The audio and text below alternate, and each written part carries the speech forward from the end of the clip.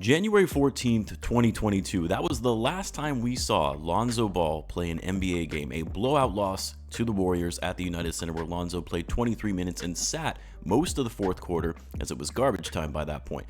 But 2.5 years later, multiple surgeries, multiple setbacks, and we have yet to see Lonzo Ball return to action. And throughout that time period, even when people thought or expected Lonzo to return for the 22-23 season, and the timeline kept getting pushed out further and further, I said, call me when he starts playing full contact, 5-on-5 scrimmages without issue, and then we can talk. A day that I honestly wasn't sure if it would ever come.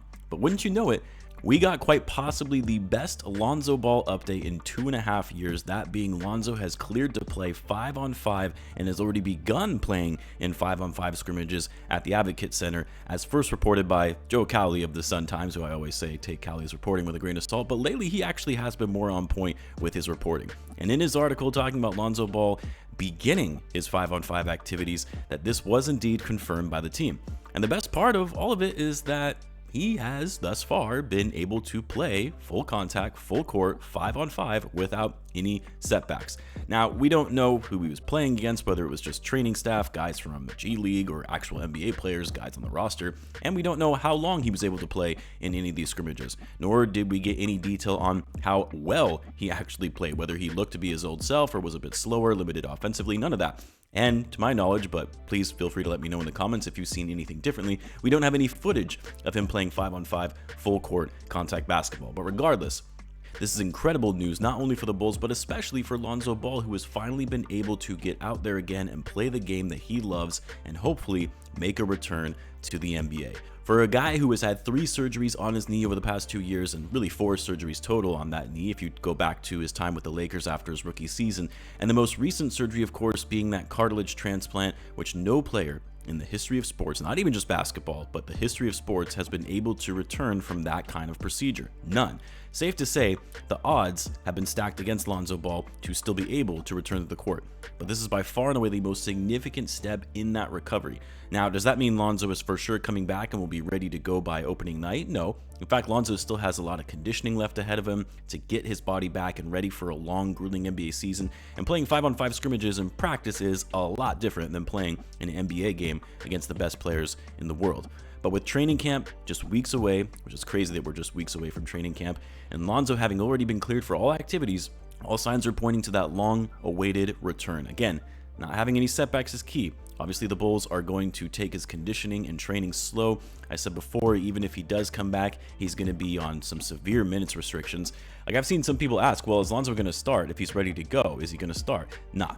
In fact, even Cowley reiterated this point, that the Bulls front office, their full intention and part of the reason they pursued Josh Giddey heavily is to have him be that starting point guard for the future, essentially Lonzo's replacement. Not a chance Lonzo starts. And honestly, if Lonzo comes back and looks good, maybe not 100% of what he used to be, because it's damn near impossible that he'll be able to come back to the player he was once before the injury, but even coming back just 60 to 70% of what he was, the Bulls are most likely going to use that to try and see if they can get something for him in a trade while he's in the final year of his contract. Because going after Giddey essentially meant that Lonzo Ball era with the Bulls was over, an era that only lasted a half a season but continued to drag out with the hopes of him returning. Because given the Bulls' pivot to this new iteration of the roster, which looks much younger and focusing on the prioritization of the young players, even if Lonzo does return, just like Zach Lavine, just like Nikola Vucevic, he's not really going to be a part of the Bulls' long-term plans. Like, even though Lonzo is still relatively young, he's only going to be turning 27 at the start of the season, it doesn't fit the new timeline of this roster that is comprised mostly of guys in their early 20s. Now, as I said before, when we were hearing rumblings that Lonzo was scheduled to get back to 5-on-5 this month, that if he did come back just as good as he was before, top-notch lockdown perimeter defense, elite three-point shooting, court vision and playmaking in transition, then yeah, the Bulls have a lot to think about in how they structure the future of this team, because a fully healthy Lonzo Ball, the Lonzo we saw before he got injured, is a better all-around player than Josh Giddey. Giddey is obviously younger with more upside, so that changes things a bit when you think about your long-term future. But for a Bulls team that is going to be in desperate need of some defense after losing Caruso, and especially defense in their starting lineup, yeah, maybe there's this rare world alternate universe where Lonzo would eventually start after some of his minutes restrictions are lifted, but honestly, it's kind of a moot point. Lonzo is not going to be back to the player he used to be. It would just defy all logics of science and physics. Not only is he nearly 3 years older since he last played, but he's had 3 surgeries on his knee and hasn't played a minute of basketball in so long. There's not a chance he comes back and just picks up where he left off in January 2022. Now, as I've said before, the good thing about Lonzo coming back from a major injury, unlike, say, a player like Derrick Rose, is that he doesn't rely as much on his athleticism or explosiveness to be effective.